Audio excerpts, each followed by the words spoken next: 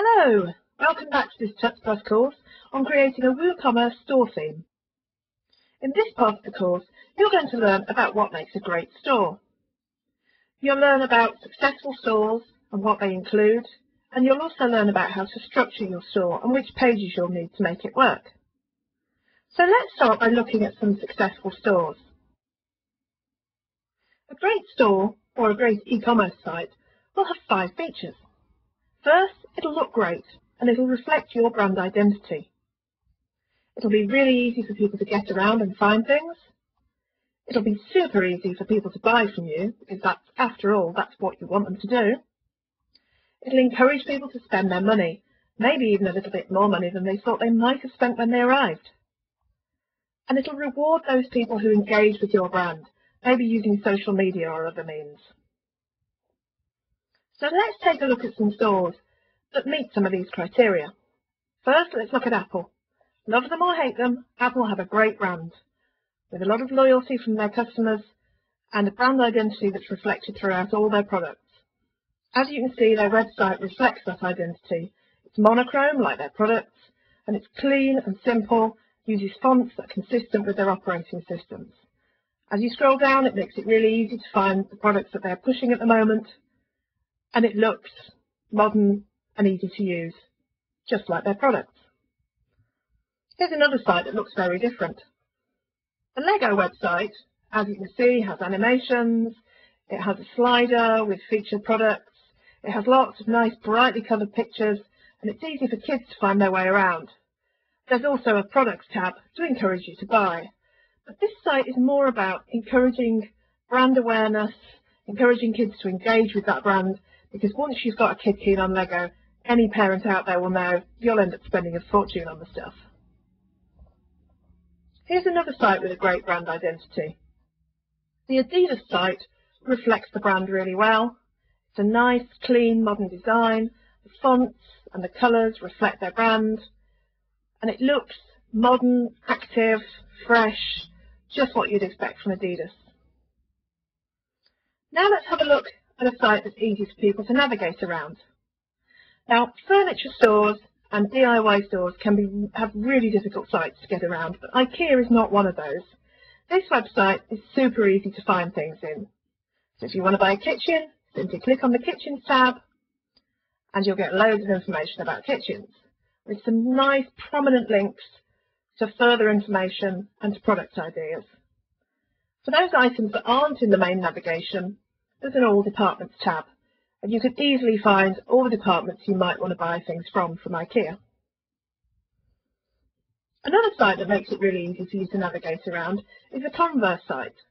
As well as having plenty of products on the front page, you'll see at the top they have these tabs here that allow you to find products by the type of customer you are and also by the type of clothing. And that's all very simple and very easy to find. Now let's have a look at a site that makes it super easy to buy. This is the Pizza Express website. And as you can see, as I scroll down, it's already detected my location. And it's encouraging me to make a booking for lunch today. All I need to do is click on check availability, and there we are, I've made a booking. I didn't have to search for a restaurant, I didn't have to think about the date or the time. It's obviously making some assumptions for me, but how much easier could it be to book a table? Now let's find another site that makes it easy for people to buy. The Amazon site, one of the biggest e-commerce sites out there, generates millions, if not billions, in revenue every year. And here we've got the one-click option. I've signed in here. If I want to buy this book, all I have to do is click that and I've got it. It turns up on my doorstep tomorrow. I didn't have to put in my credit card details because they're already saved. I didn't have to say anything about the delivery type that I want. All I do, I click one button and that's it. I've bought the item. Super easy. Now let's have a look at another site that makes it super easy to buy. Here's the Etsy website, and I'm on a page for an individual product. Over on the right-hand side, we have a nice, obvious box with some summary information about the product, outlined in green, so you can't miss it, and a nice obvious add to cart button. Using colours for your primary buttons, your add to cart button or your buy now button, that are different from the colours elsewhere on your site will draw people's attention to those buttons and make it more likely that they'll buy from you. Now let's have a look at a site that encourages you to spend some money. The Target website. Here you've got a promo code and you've got a bed and bath sale with information. Now I might have come here looking for something completely different, but I see this, I think, oh, I can get 20% off some bedding, although notice that it's up to 20% off, but you look at it quickly, you assume it's the maximum discount, and I might click on that and buy some bedding even though I hadn't been intending to buy that when I came here. Now here's another site encouraging you to spend your money. The John Lewis site has attractive full-width banner images encouraging you to click through and buy certain items. So here you've got new season, encouraging you to have a look at what's come in. If I scroll down, you'll see there are more links through to products and to lines that they're promoting at the moment.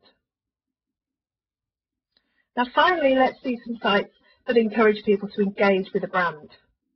Some of the best sites at doing this are those for restaurants and coffee shops.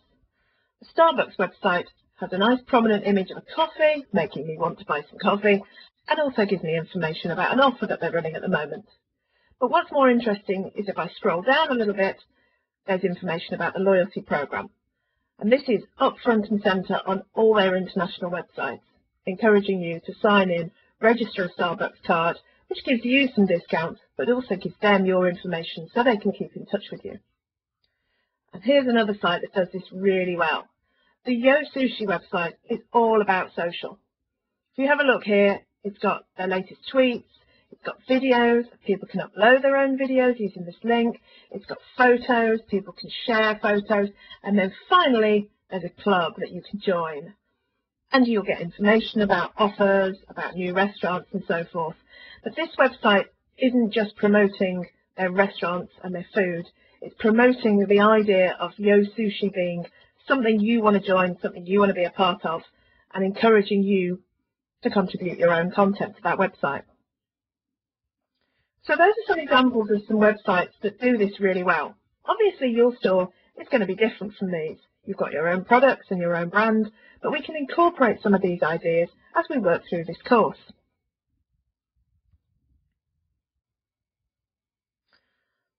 So let's take a look at the structure of your store and what types of page you'll need to create to help your customers to navigate around your store and to buy from you.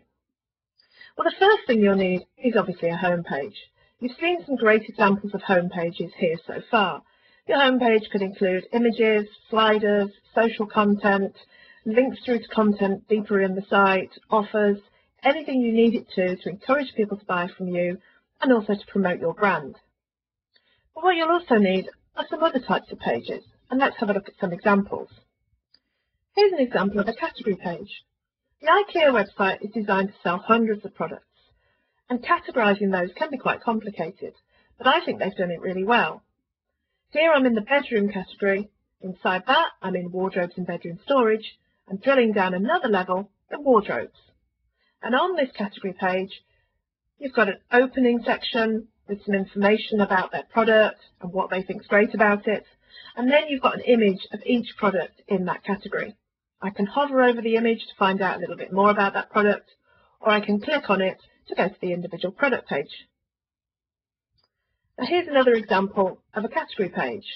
The Converse website has got lots of different types of category page. This is a range, so they're classic colours page. So these are the classic cons that you or I might buy. I know I wear them. And I can scroll through this and see images of lots of products that are in that category. Now, one of the great things about setting up an e-commerce store with WooCommerce and with WordPress is obviously because you're storing all your products in a database, every product can be in multiple categories, so they'll all appear on lots of different category pages. Now let's have another look at a product page. Here's Etsy. I already showed you another product page earlier, but this is an example of how to make a product page really attractive, clear, easy to navigate, and making that add to cart button nice and obvious. And as you can see here, there are also some social elements so people can tweet about it or share it on Facebook, and they can also pin it. The next type of page you'll need to create is a checkout page. Here's the Adidas website again, and here's their checkout page. Nice, clear, easy to navigate. This is my bag, what I've put something in my bag, a hoodie. I can select how many of them I want. It's telling me how much it's going to cost. It's also telling me the delivery charge over here. I've got the option to enter a promotional code. And then when I'm ready to buy, a nice big obvious button here, checkout, both on the left and on the right. It's really important that once people are in this purchasing funnel, to make it as simple as possible and as easy as possible for them to make their way through that and to complete the purchase process. You don't want to lose your customers when they've selected something and they haven't checked out yet. Finally, the last category of page that you'll need to be creating is a search page. Now this on the John Lewis website is the results for search that I've done for TVs. So you can see that this search page doesn't just show me the actual products. It also includes some information on TVs. Now, that's outside the scope of this course, but it's something you might want to think about. So those are the main categories of page that you'll need to create for your store and that we'll be working on as we go through this course. First is the home page. Then we've got category pages for your product types and maybe your customer types and the lines that you're selling. Then there are the individual product pages for each product, the checkout pages, storing people's baskets and encouraging them to buy, and then finally the search page, encouraging people to buy when they've made a search for products on your store. That's it. In the next lesson, you'll learn about the WooCommerce files and how they populate your site's pages. See you next time, and thanks for watching.